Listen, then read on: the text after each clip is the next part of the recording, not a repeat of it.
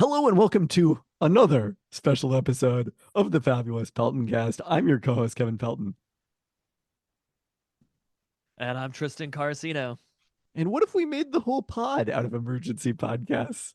It only feels that way over the past week. A fourth emergency pod has hit the Pelton cast.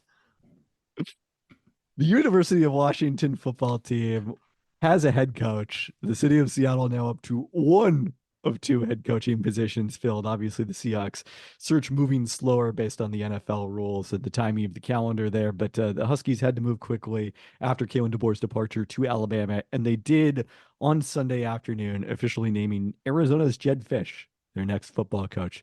Tristan, your immediate reaction? I'm hyped on this move. As much as you can be for a head coach, I started doing really digging into kind of the research on the different coaching candidates yesterday. Yeah, and I don't want to you say that Katie you and I were repeated all fighting. the research that I had previously done I, leading I up to went the and did it. emergency I pod. did it myself. I went and did it myself. I had to do my own independent You research verified it. and settled at exactly where you settled, I think. Katie was arguing about how things would never be the same again. And so, the offense in particular. So I had to go look at the three primary candidates, Jedd Fisch, and then the two coaches from Kansas, and Pete Carroll. But I think I've done enough research on Pete Carroll. Oh, I have And ample research on Pete Carroll's career. at the end of looking at each of those candidates a little bit more in depth, because there's something different from we've speculated about it in an emergency podcast versus these are the actual candidates that we're pretty confidently aware of. I will say the candidates we talked about probably were the finalists for the job. So It there was no it sure out of left seems like field it. hire.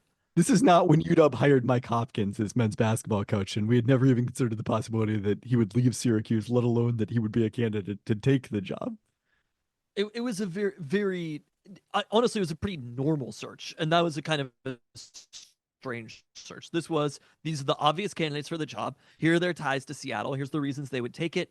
Now they're interviewing, and one of them was hired. But after going through that research, seeing the candidates, doing a little bit more digging more in depth on these coaches, the place that I landed at was again, this is Pete Carroll not being an option, although uh but Pete Carroll not being an option, it would have been fun. I think we all knew that there was never a reasonable chance that Pete Carroll was going to take over University of Washington football. The place that I landed in that moment was that I wanted Jedd Fisch, but number one with a bullet by a pretty significant margin. That Jedd Fisch was the guy for a handful of different reasons. And I maybe we want to dive into all three of these independently, but to me, there are three main points and three main reasons why Jedd Fisch is the ideal candidate and a good replacement for Kalen DeBoer as head coach for the Washington Huskies. So should I go through all three of them now? Should we do them one by one and talk further about them? I guess the first question is, should we talk about the Ryan Grubb element of this? Because you mentioned I want that to get it there. seems Let's like get there. All the other stuff at the end. I want to get okay. to all. I want to talk about Jedd Fisch first, and the primary reasons, and then talk about Kalen DeBoer, talk about Ryan Grubb, talk about everybody else. All of that at the end. But this is a Jedd Fisch podcast. This isn't All a right, Ryan Grubb podcast. let's take them one at a time Okay. then. Number one is pedigree. So Jedd Fisch, looking at these different candidates, and this is all versus each other primarily, but also versus Ryan Grubb versus Kalen DeBoer. The pedigree that Jedd Fisch has being a coach in the NFL for so many years, being around those different programs, it's something that both experience that he's gained and something that he can use to pitch to recruits as well. But there are not many coaches out there who could have reasonably taken this University of Washington job who had coached under Pete Carroll, under Sean McVay, under Bill Belichick, and even all the way back under Brian Billick. Well, That is an you didn't even incredible mention Jim pedigree. Harbaugh because that And wasn't in the and Jim NFL Harbaugh at at Michigan. Michigan. My Dan Feldman, who keeps coming on up on this pod lately because Michigan has been intertwined with UW, congratulated me on UW hiring someone from the Jim Harbaugh tree, and I had to muse at the incongruity of the fact that Jedd Fisch could reasonably be described as being in both the Pete Carroll coaching tree and the Jim Yeah. Harbaugh coaching tree, which seem is diametrically opposed. They seem like trees that create shade for each other rather than trees that could grow together. And this to me, Jedd Fisch feels like a different kind of coach than almost anybody we've seen. I mean, kicked around the NFL and college for basically 2 decades. before ever being hired as a head coach, which is kind of a wild path that he took to his first coaching job being at the University of Arizona. But the time senior offensive assistant at with the Rams and then assistant offensive coordinator with the Rams. And to me, say what you will about Sean McVay, seeing them on the TV right now and what they've done with Husky legend Puka Nacua, like anybody who has spent a season offensively under Sean McVay, we saw it with Shane Waldron, we've seen it with so many other coaches throughout the NFL, that is somebody who you probably want in the building. You know what else he has? You didn't mention this in terms of way back. He also spent time under Mike Shanahan, so he's got a connection to the Shanahan tree somehow too. The It's like Mike Shanahan one is kind of wild. That it's was like that was all a of the real offensive left field. systems they connect together somehow through Jedd Fisch. I mean, so he doesn't bring the track record of championship success as a head coach that the Kansas candidates in particular brought. And that would have been an interesting comparison to Kalen DeBoer, who obviously had that track record at an even lower level than those two coaches did. In his case, the NAIA. I think that is useful, but it's not like this is a first time head coach we're talking about. We have seen Jedd Fisch go out and win 10 games at Arizona and win a bowl game, beat Oklahoma in the Alamo Bowl. So, there's the championship level is going to be new to him, but there is a degree of success that he's accomplished that is different than if you were hiring a first time head coach. And I do think maybe there's some evidence that being very successful at lower levels is helpful as a head coach. And ultimately, I don't think any of these coaches were bad options. But this one, to me, when you take in the both college football, and this gets me to point number two, college football is both about your ability to coach on the field, but it's also largely about your ability to bring in players, to be a name, to market yourself. And a lot of the best coaches are the coaches who are able to do both of those things, to sell themselves very, very well. And for Jedd Fisch to have been linked up with all of those different coaches along the way, it's something that parents and recruits definitely pay attention to, and they understand that as people in the NFL, it's not a cosign from, no offense, but like Jeff Tedford.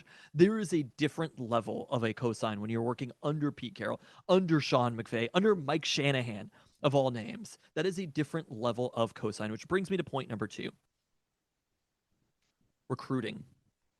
Jedd Fisch, in a very short period of time at Arizona, you have to go back a couple of years to look at his class, ranked number 25 in the country. I believe this is Jedd Fisch's first class that It's he his recruited. it's his first In full that class. He signed the 2021 class, but was hired as their head coach December 23rd, 2020. So he's coming in way behind the game that season, and they predictably ranked 75th that season. But this is his first full recruiting class. I have it as 22nd per the 247sports.com composite. In his first full year as a recruiter at the University of Arizona, which we'll get to a third point about them, mind you, but not an easy place to recruit, goes out and signs the biggest recruit in Arizona history Correct. in his first ever class. That is a monster signing for him. And goes out, I'm sure we'll talk about these two players later, but between Noah Fafita and Tedaro McMillan, two of the most important players in University of Arizona football history. Ultimately, in that first ever class, they weren't quite as strong after that in the recruiting classes, but still, he's basing this off of his name alone, ultimately, and Jedd Fisch's ability to go and recruit, to go out there and grab those players. He's also recruited in the state of Washington. I don't know if you'd seen this, but a signing from Kent Ridge High School right down the street from me just a year ago, and an incoming signing from Garfield High School as well. So has been in the city of Seattle and the state of Washington recruiting. Who was a recruit in 2024 that they signed? It was like a solid recruit in the 2024 class who I assume has the ability to decommit now. Pretty much everyone. Rashawn. I assume it's pronounced Rayshawn. But Rayshawn Clark from Garfield, a 4-star, rated 90 on 24/7 Sports. Seems to me like that's somebody the University of Washington would have been interested in bringing in, somebody who they probably didn't pass on. And Jedd Fisch came into Seattle and pulled him away from the University of Washington. So it's nice to know that he understands the territory, has been in Seattle. Some of the players, we've seen the decommits that have happened. Jedd Fisch is not somebody who I would say, we're going to let all these players go. These are players who are already in the mix, already imagining their lives at the University of Washington. I think Jedd Fisch is going to be able, at the very least, to go have those conversations. And he's somebody that, on the recruiting side, given what he was able to work with at Arizona, apples to apples, he probably is a better recruiter than Kalen DeBoer. And here's point number two about recruiting. Because recruiting in college is not just about recruiting high school players. It's not just about recruiting players in the transfer portal. It's also about recruiting your own players while they are on your roster. Yep. And what Jedd Fisch achieved this last year by getting the commitment from Teddarell McMillan and Noah Fafita to come back to Arizona. We'll see what happens with that. I don't want to speculate too much about it, but to get them to commit to come back, I think either of those players pretty much could have gone to almost any program around the country. There's maybe 2 or 3 programs that they couldn't have gone to if they wanted to. But when you look at the years of eligibility left for both of those players and their success on the field, if they were in the transfer portal, we're talking about maybe the number 1 player. Like Noah Fafita has more years of eligibility than Dylan Gabriel has. He has more years of eligibility than Will Rogers has. And on-field success has been better than Will Nelson. Is that his name, right? The quarterback from Kansas State. Will So Howard. that to me was one of the big separators. Will Howard, yes. When you look at Chris Kleiman, Lance Leopold kept their quarterback there. Coaches like that. Chris Kleiman already lost his quarterback. He wasn't able to do that. He was not able to keep Will Howard at Kansas State, ended up transferring to Ohio State.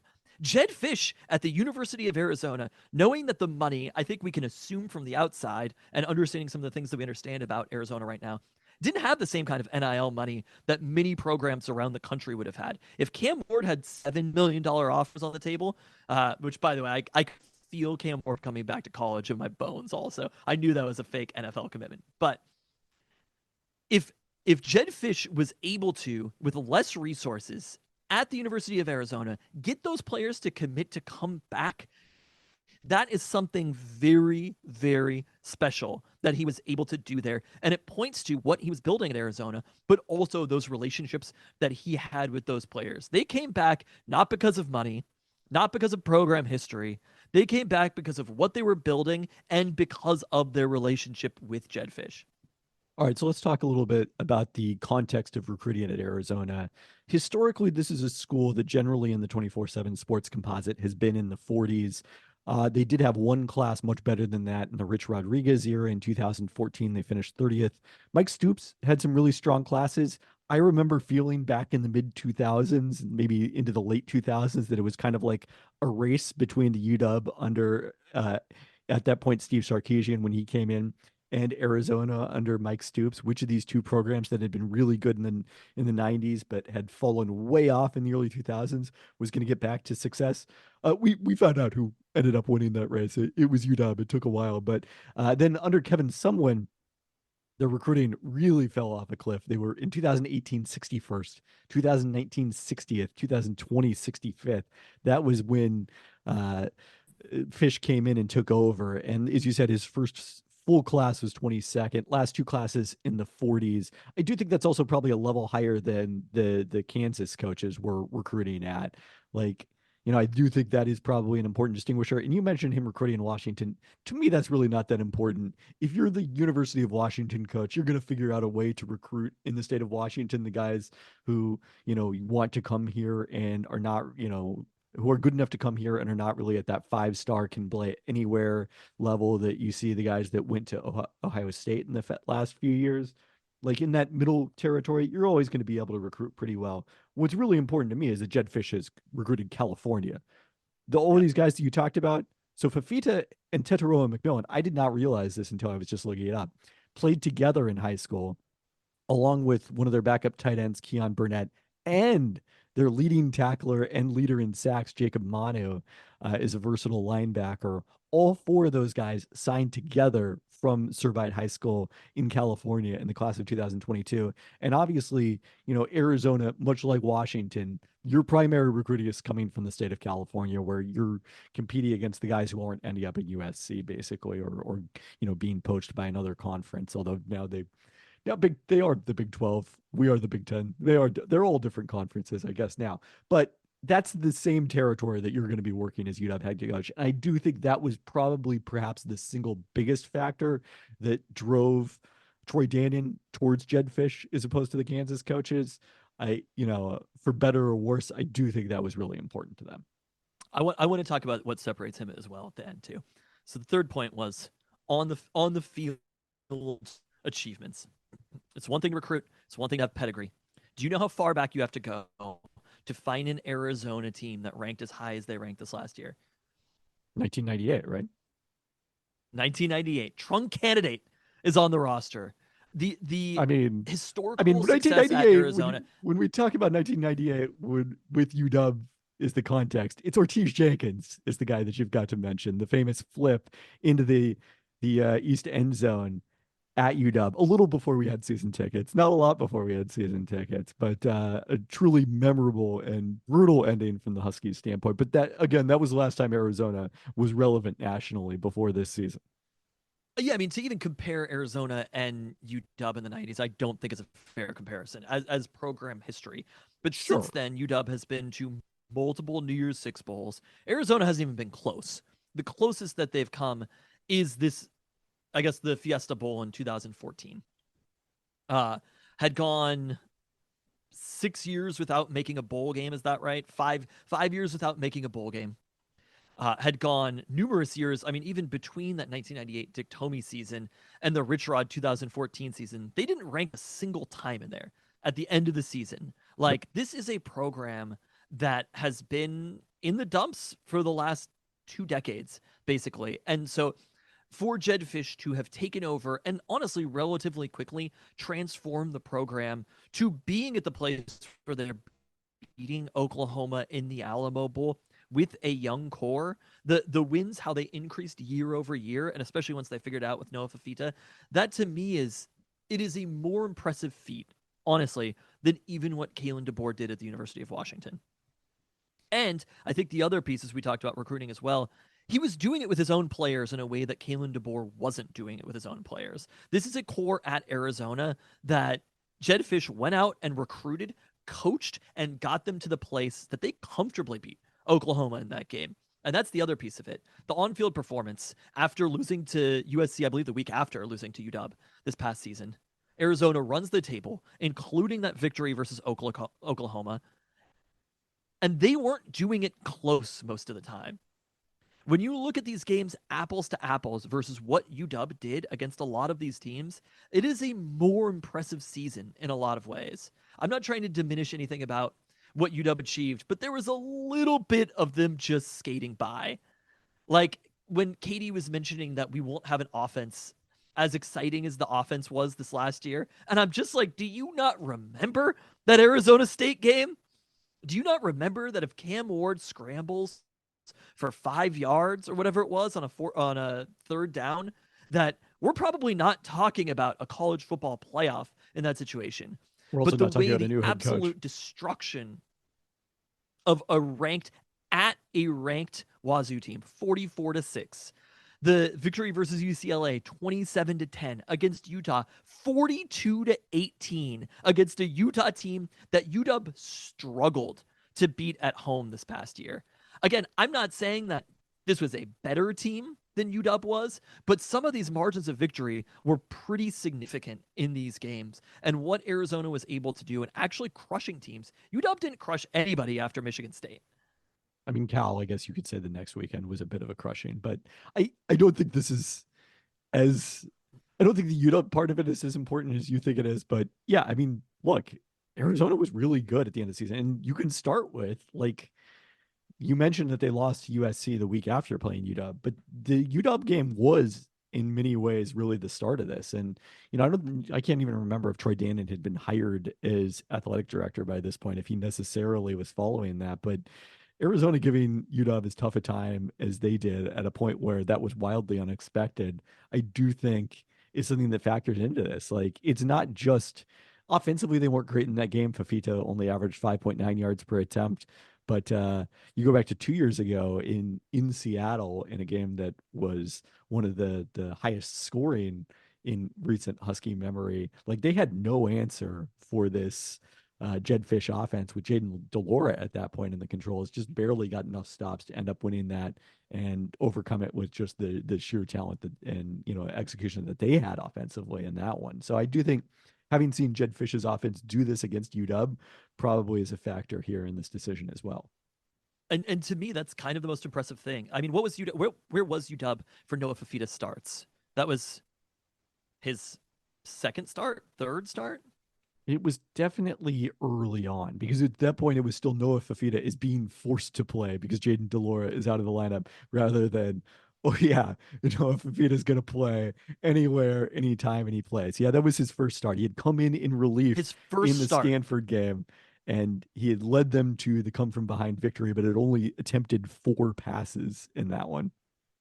I mean, that's kind of an incredible moment that you look at for Arizona. Obviously, all the dominoes that have fallen to even be at this point that we're having this conversation is kind of wild. But the dominoes falling from there to the point that Jedd Fisch is hired as University of Washington head coach with the possibility of Noah Fafita possibly entering the transfer portal. And I think that's the piece that actually really truly separates Jedd Fisch. All of the other stuff is there, the success, the pedigree, the recruiting. I think Jedd Fisch was building a very impressive program. And to me, Jan called me actually earlier and was like, "Aren't you so upset? Aren't you mad at Kalen DeBoer?" And I was like, "Of course I'm not mad at Kalen DeBoer. Like it's an absurd thing to think to be mad at Kalen DeBoer, but that he's a traitor to who? To the 2 years he spent in Seattle, and I think the same thing is going to happen at Arizona. This is how things happen. There has become in college football a clear pecking order, and I think that college football realignment has forced people to truly understand exactly where the program they cheer for stands, including UW joining the Big Ten at a different rate than USC and UCLA joined the Big Ten. Doesn't necessarily mean that they're worse on the field, but as far as pecking order and jobs go, I think we have a pretty confident understanding of where those things rank. But what Jedd Fisch achieved at Arizona, the way that I compared it was Arizona this year was UW 2022.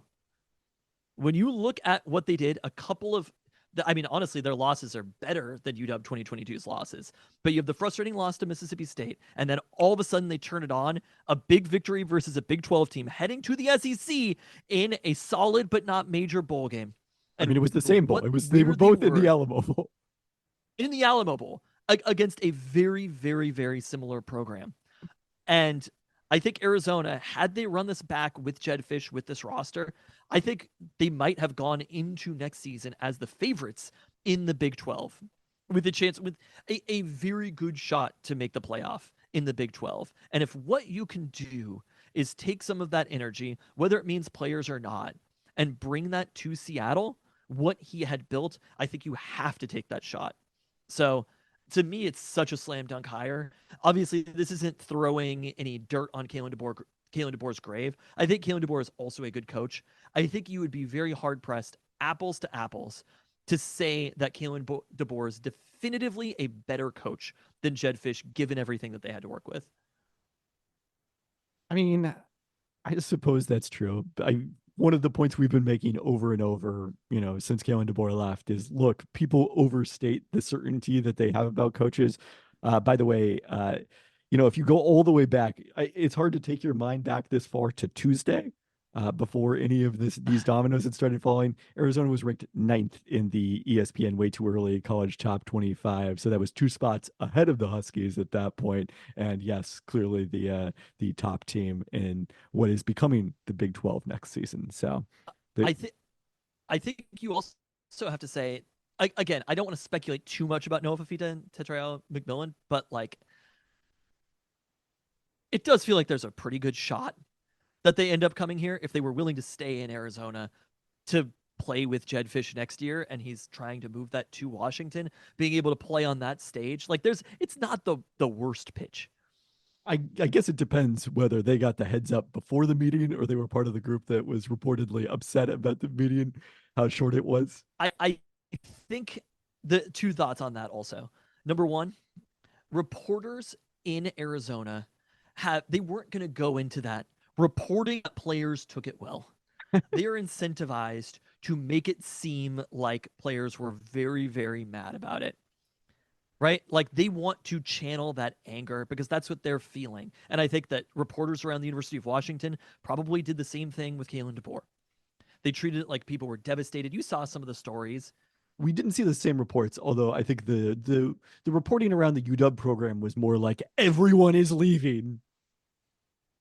Oh, that's coming for Arizona. Just wait.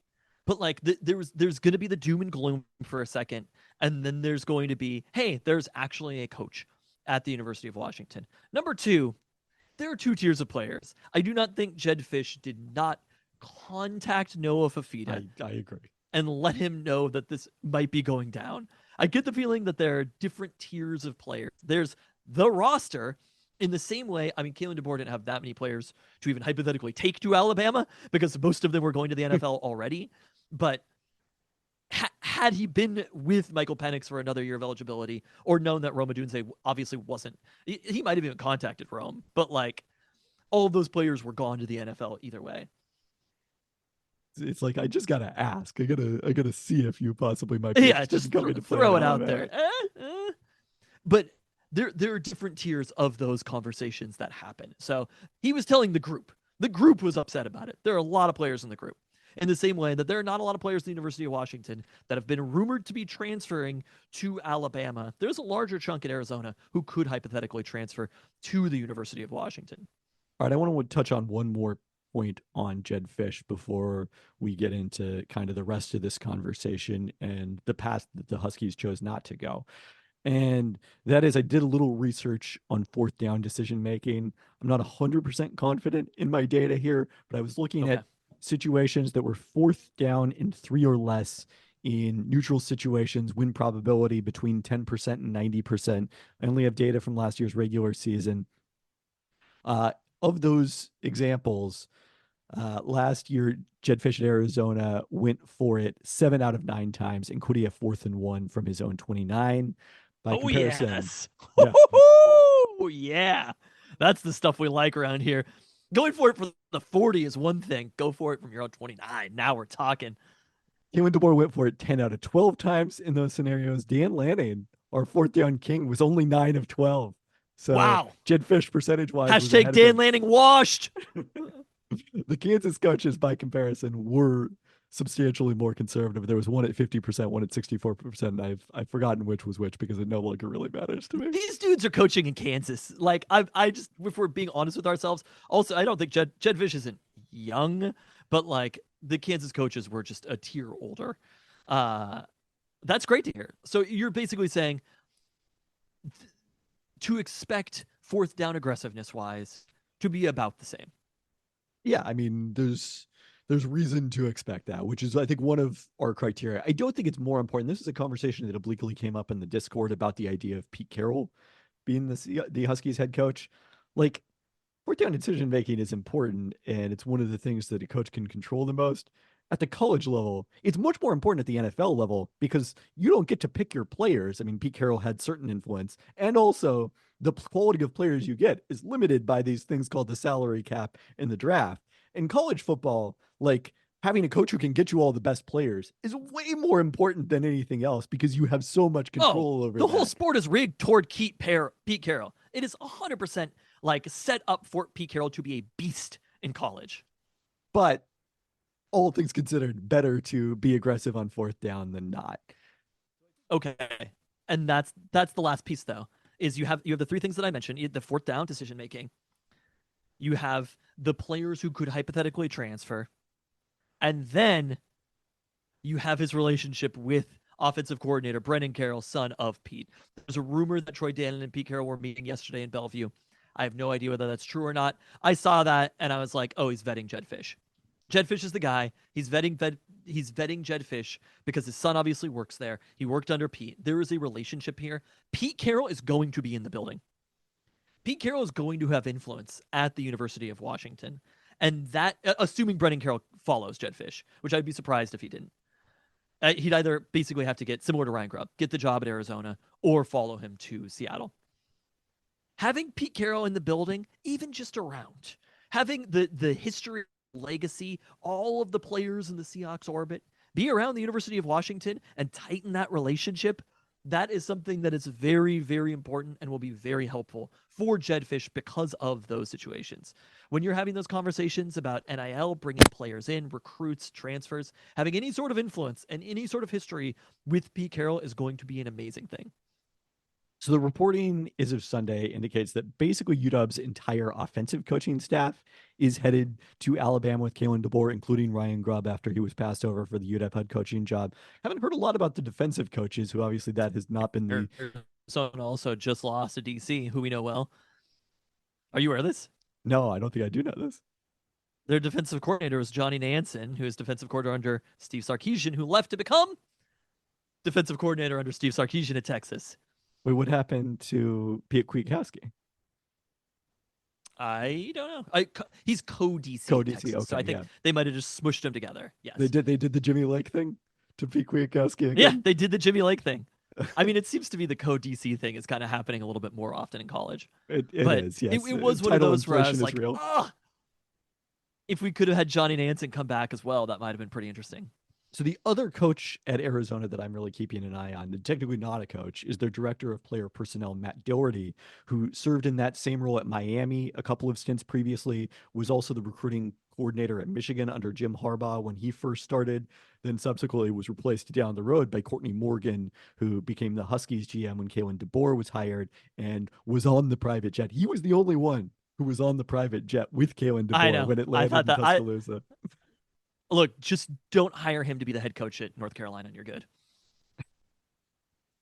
I think that, that position has become so important. We just said recruiting. I think Courtney Morgan was a very important figure at the University of Washington. Yeah, the quality of players you get is more important than what you do with them at the college level. And now that especially with the importance of evaluating potential transfers with the relaxed restrictions on transfers, that becoming more important, it has started to become more NFL style, where there are separate roles for evaluating players. You don't necessarily have to call it a GM, as they don't, director of player personnel is like a part of an NFL front office. And so Matt Doherty has a pretty good background, was presumably a big part of that strong recruiting class that Jedd Fisch had at Arizona, and hope to see him following Jedd Fisch to UW. Would be great. I guess last piece on Jedd Fisch.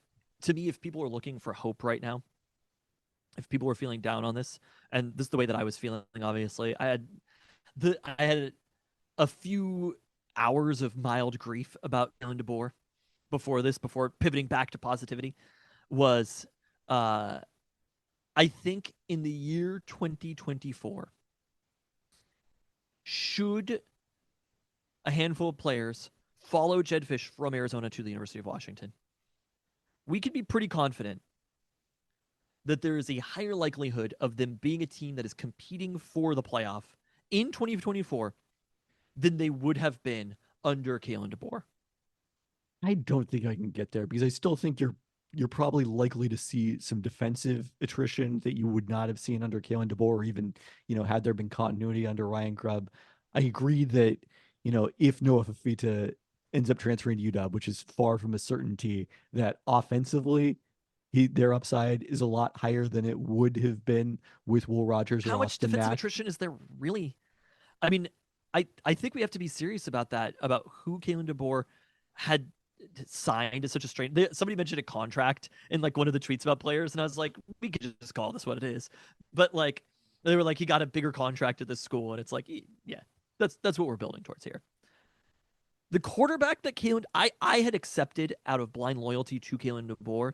I like that Will after Rogers, you did the independent research, you came around to what I said originally about all of these things. The thing that was stressful to me was I knew you were right about Will Rogers deep down, and I was just hoping, that you were wrong. It would be very funny if after all of this, Will Rogers still ends up staying at UW under UW's. I mean, who knows? Right now, the bold prediction that Austin Mack was going to start more games than Will Rogers, it's off the board. The bold predictions are really we were complicated. So insufficiently bold with our predictions this year.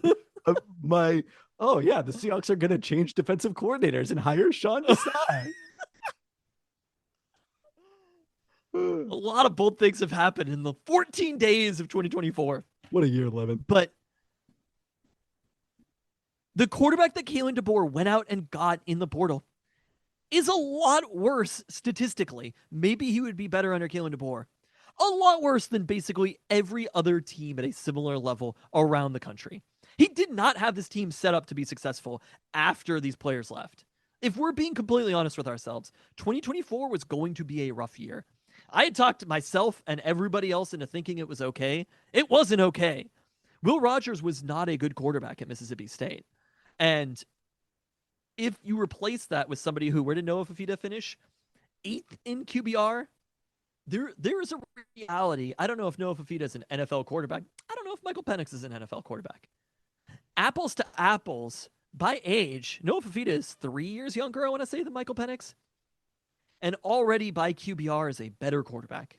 Like, it would be an incredible thing to flip Michael Penix for somebody who would be the number 1 or 2 prospect in the portal at quarterback this year. You have to admit that. And if that's something that happens, I think we should be extraordinarily excited, because bringing in a quarterback like Noah Fafita, we had Noah Fafita envy. And I sat and watched Arizona beating Oklahoma in that game, and I cheered for Arizona, and I was excited about it. And I was like, I love that team at Arizona because they're so fun and so young. And you're like, so that's not going to be in amazing. the Pac-12. Exactly. I didn't have to be scared of them either. But to have watched that game and then had a possible chance to have brought something like that to Seattle is kind of an incredible thing. And I think, again, we will never know because everything has been shuffled so much. If you could run through a simulation of what next year at Arizona looks like versus next year at the University of Washington, had these programs come back the same, Arizona's a better team. I mean, I do think one thing... Arizona had a much higher chance of making the playoffs than UW had, and had a better quarterback than UW was probably having. So I do think one thing we should say, like, especially as it relates to that attrition of the current roster piece of this, the Washington Athletic Department can't make this decision based on 2024. They have to make this decision based on the next decade, or, even if Jedd Fisch isn't part of the program that long, because yes, if Jedd Fisch is successful, he's probably going to take another job somewhere else. But that was true of probably any of these guys. I want to hear your point, but also I fucking hate the mentality where it's like, oh, he's just waiting around for another job. It's like, we should be so lucky that he is good enough to get that other job. I mean, look at where you ended up out of this. What a horrible situation. The team might be good and we might have fun along the way. Everybody could always take another job. If the Huskies in 2021 had hired the Jedd Fisch, if you can take him in a time machine and put his current resume in 2021, if the Huskies would have hired him to replace Jimmy Lake, do you know how excited we would have been? And they came out $5.5 million richer in the deal based on the buyout clauses in the two. 3-0 against Oregon. Whatever has to happen. If they could beat Oregon for a period of time, I don't care where the coach ends up. But not even looking backwards, just from a looking forwards, like where you're set up to go standpoint, the Huskies are in so much better of a position than they were when they hired Kalen DeBoer. And that's because of Kalen 100%. DeBoer. And thank him for that. And I think what, you mentioned fans have to come to terms with the reality of where their programs are. They do not have to come to that reality, good sir. And they have aggressively not come to that reality. They will not come to that reality. Have not and will not. But I think if you're thinking of it from like an ethical fandom standpoint and a reasonable expectation standpoint, the correct way to think of this is it's like soccer, and it's like the transfer market there. You don't like, oh, well, we can't sign a really good player as the young player as the Sounders because perhaps he's going to want to get transferred to Europe in a few years. Like, that's amazing. What an awesome outcome if that happens. You make a bunch of money on the transfer fee and you had this great time with him here. And that's exactly what happened with Kalen DeBoer. They made a bunch of money on the buyouts, are the equivalent of transfer fees in coaching ranks. And we had a great time along the way. So, let's not be upset about where things are from that standpoint. But to go back to my original point, again, they have to be thinking 10 years down the road, not just what's best in 2024. Yeah. And I do think That's why the most interesting piece of this, and where Troy Dannon is really staking his reputation, is not the choice of Jedd Fisch relative to Lance Leipold and Chris Kleiman, who, we'll see what happens. But it's not like we're spending a lot of time thinking about Matt Campbell since the Huskies didn't get him and ended up hiring Kalen DeBoer in 2021. We're just worried about our own shit.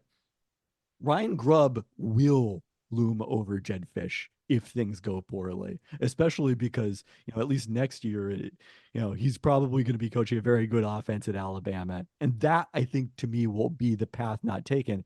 And it's such a fascinating choice because, look, nobody is going to know Ryan Grubb's ability to translate what he's done as an offensive coordinator in concert with Kalen DeBoer to running his own program better than UW.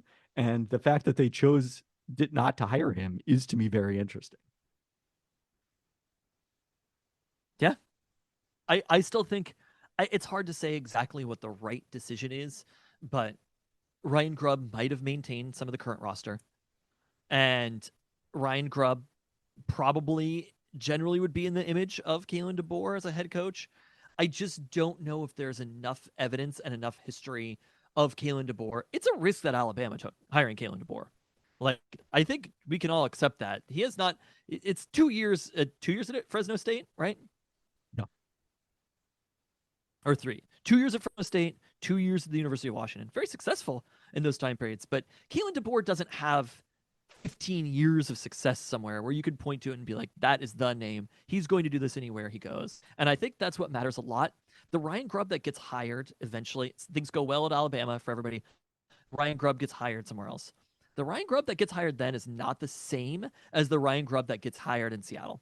So I think it's a little bit hard to do that because all of a sudden he's now Alabama offensive coordinator Ryan Grubb. And that is a different job than being University of Washington offensive coordinator Ryan Grubb. When you're using that because of what we talked about and how your name matters in college football, that he's able going to set things up better for himself with that history or not. But this is assuming things go well. So I don't think you can actually compare those two things. I don't think you could say Ryan Grubb would have had, if he's successful wherever he goes. Also, you're talking about so many years down the road. Like, there'll be another year in Alabama. Maybe he gets a job after that. Then you need 3 to 4 years to really assess whether Ryan Grubb is a good coach or not. Like, that is too far down the road to even have a comparison. This is not the way that people actually analyze these decisions. If things go poorly for Jedd Fisch, whatever the Huskies' path untaken was would have automatically worked. Now that's wrong, but Sure. that's the way people evaluate decisions, and that will hang over him undoubtedly for some period of time. I mean, how big of a deal that will be, who I knows? I wouldn't even think about it. Who did the Huskies not hire when they hired Jimmy Lake? I mean, that's less clear. That's what I'm saying is, again, Matt, the There was outside nobody publicly candidate. saying they wanted to be the coach, Exactly. tweeting that they wanted to be the coach, Yeah. and then being rejected for it. And nobody who was a huge part of their success. I mean, I guess the answer is they could have told Jonathan Smith he was the head coach in Wady a year earlier before he left for the Oregon State job. But I think he was probably I going to take mean, that one either way. Although maybe he isn't. It turned out he wasn't as loyal to Oregon State as we thought he was. yeah, loyalty. That is kind of funny where people are just like so consumed with the concept of loyalty. People were pissed at Jonathan Smith also for leaving that job, Uh, which uh, probably made more sense than anything. yeah, I mean, you talked about Kalen DeBoer not owing UW and Seattle anything. Jonathan Smith's relationship with Oregon State was a little bit different, I would say, and also the way that he went about it. You mentioned that there were like in the offline that there were like completely unsubstantiated rumors that Kalen DeBoer interviewed for the Alabama job in Houston ahead of the college football playoff championship, to which I ascribe almost zero credibility. But like Jonathan Smith admitted publicly that he knew he was going to take the Michigan State job before they lost to Oregon in his final game as head coach. That I think left some raw emotions. Like there's not really, as you sort of alluded to with the Jedd Fisch reporting about his final meeting. Like people are always say they're mad about the meeting, but they're actually just mad that you left. Like that's Yeah, the case. But there definitely is a wrong way to yeah. do it, and it seems like Jonathan Smith found the wrong way to do it. He's the only one who found the very wrong way. That's fine. To me, when I look at this hire and I look at all the options, Ryan Grubb, Lance Leipold, Chris Kleiman, Jonathan, Pete Carroll. To me, this is the one that I'm most excited about out of all of them. I like Jonathan Smith. I think he's a good coach. I think both of the Kansas guys, considering what they've achieved in the state of Kansas, and you talk about the history, the lack of success, the history of a program like what Lance Leipold has achieved at Kansas is extraordinarily impressive. But given where all the coaches were, the current rosters, and what they'd achieved in the different places, to me, it was Jedd Fisch all the way. He was the option. So we have no idea if it's going to work out. It's probably going to depend on a number of circumstances if things will work out, and it kind of always does in college football. Somebody's success depends on where they're at, luck a lot of the time, and ultimately we probably won't know for a handful of years. But I do think in this moment UW made the best out of a bad situation with their head coach leaving the week after they lost in the national championship game. And I'm excited about the Jedd Fisch era. Do we want to do 5 minutes on the state of the Seahawks coaching search and the way the Cowboys season ended on Sunday? Oh, I mean, I hope that it matters. Look, I don't think either of us was excited about Dan Quinn to begin with. And the return, the continuation of Pete Carrollism. Uh, and I do think just how publicly terrible the Cowboys defense was in that playoff game. I think it would be a really hard sell to fans to be like, we got our guy. We got him. Like, remember him? He was the coach here and then he was fired, but he was the Cowboys defensive coordinator. And there were some games before then.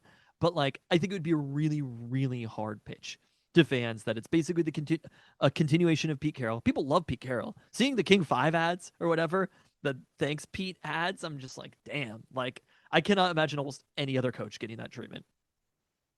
And Pete Carroll also, just when you see that Jedd Fisch was the offensive coordinator under Pete Carroll in 2010, I'm just like, wow. Bonkers. Pete was here a long time, or the quarterback's coach. Pete has been here forever, but at the same time, like in New England, where you have Gerard Mayo taking over for Bill Belichick, it feels like you're kind of just getting a continuation of Belichick, and I don't think that's what the Seahawks need. I think they need a organizational reset rather than just trying to do the same thing a little bit better. And I think fortunately the Cowboys performance would be such a hard pitch. I'm expecting Mike McCarthy to be fired within the next 48 hours. And if you're looking at a defensive coordinator who's coaching under a head coach who just got fired, that is really not a great situation to hire a head coach. So if it means that Dan Quinn is not choice number one, or if he's a little bit more out of the mix, I think that is a very, very positive thing. And we also saw some coordinators. One is going on right now. I haven't seen the score, but who are looking very, very tasty right now. Yeah, I mean, Ben Johnson's Detroit offense has slowed down considerably in the second half. They still lead the Rams 24-23 as we record this midway through the fourth quarter. But Bobby Slovic in particular. Well, yes, you need to stop ranting so that we can actually wrap up this podcast. What Houston did to a very good Cleveland defense on Saturday. You talk about like, I don't even need to do the interview. Like, just watch this tape. I did my interview. Thanks. Call me when you're ready to hire me. Oh yeah, my agent is up rookie waiting. Quarterback. But like CJ Stroud is him, but like those receivers were open on these plays. Like all CJ Stroud had to do was hit him. And I can tell you Geno Smith can do that. If Geno Smith is the quarterback, he can make those throws. So I would be so excited about that. But the other thing was just seeing what the Packers did to the Cowboys. And I guess hypothetically speaking, Mike McCarthy's an offensive coach, but he just doesn't feel like one. What Matt LaFleur has accomplished there and the amount of offenses that are left, right? When you look across the NFC, it's offensive coach in Green Bay. It's one of these two teams that win this Lions game are offensive coaches. They're all kind of from the same tree. And Bobby Slovak, I think, could be from the same tree. That Matt LaFleur went into Dallas and did something the Seahawks would love to do. Stomp them on offense. To me, Matt LaFleur is actually, I was never really that like convinced about Matt LaFleur.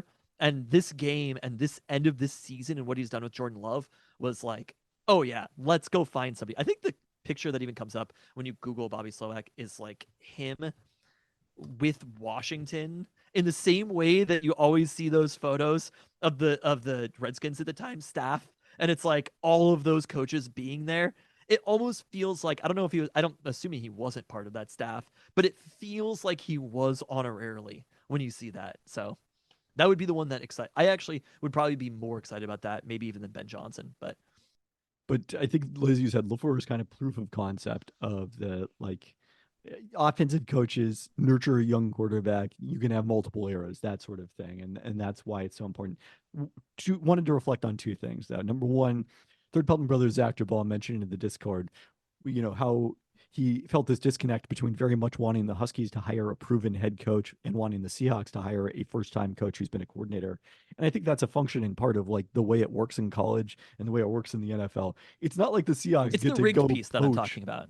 It's not like the Exactly. Seahawks get to go poach D'Amico Ryans from Houston because Houston had a good season, but the Texans aren't as good an organization No, as the Seahawks it's are. more like if you hire D'Amico Ryans, you don't also get CJ Stroud, and you don't also get to go out and get all of the other players that they can go get. That to me is the difference. Pete Carroll doesn't come with players. Pete Carroll would come with players to college. He would find those players.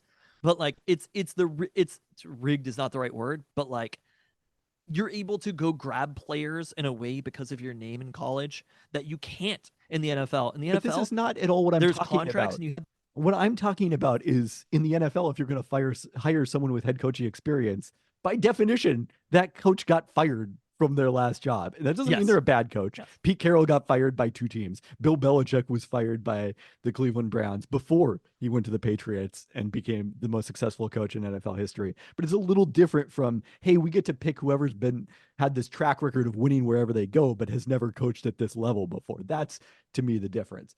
The second point I wanted to make here Yeah. is I forgot what the second point was. I do think that Gerard Mayo is not a continuation of Bill Belichick. Oh, the second point I wanted to make is you look at the Seahawks. I was thinking about this because the last time the Seahawks and Huskies fired coaches simultaneously, I guess had job openings because Kellen DeBoer didn't get fired simultaneously, was when the Huskies hired Rick Neuheisel and the Seahawks hired Mike Holmgren within days of each other. And that made me think that, like, if you look at the last three head coaches the Seahawks have hired, like since Paul Allen came to town, they went out and got the biggest college coach possible. Actually, if you go back to Dennis Erickson, they got the biggest college coach possible twice in Dennis Erickson and Pete Carroll.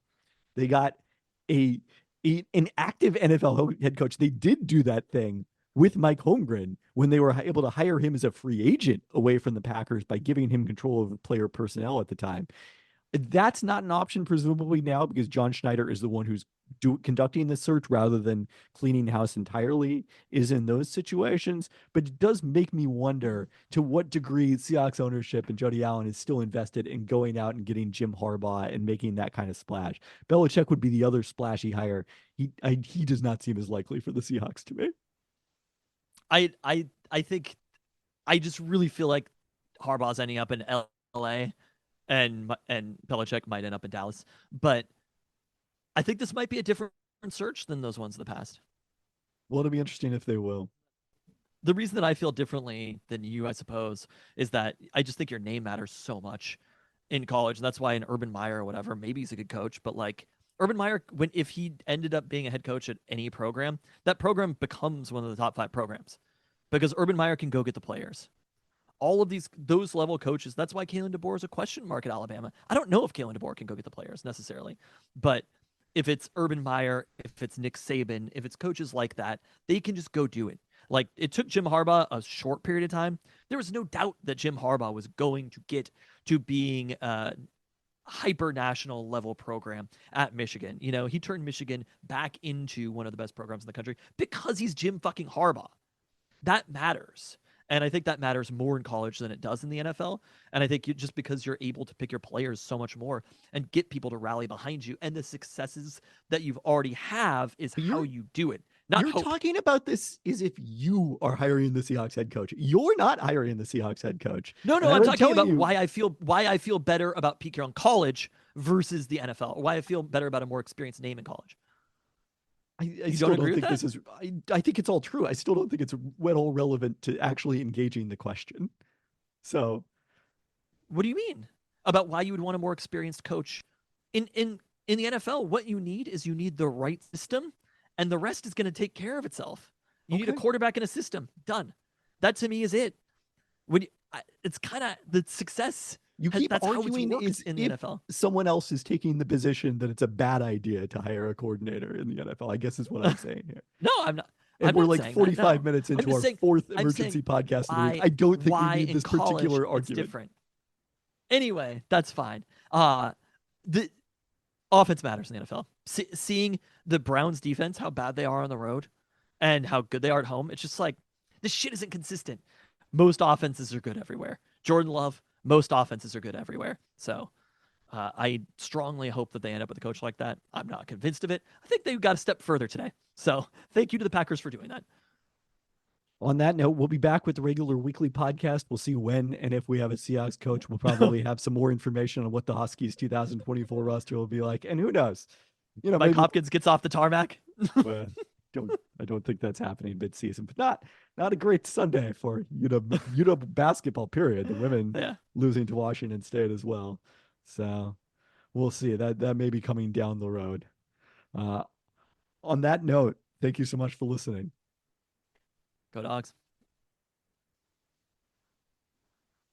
You can't be like, hey, I I was want to go answering watch the the question. game and then spend 10 minutes on this rant.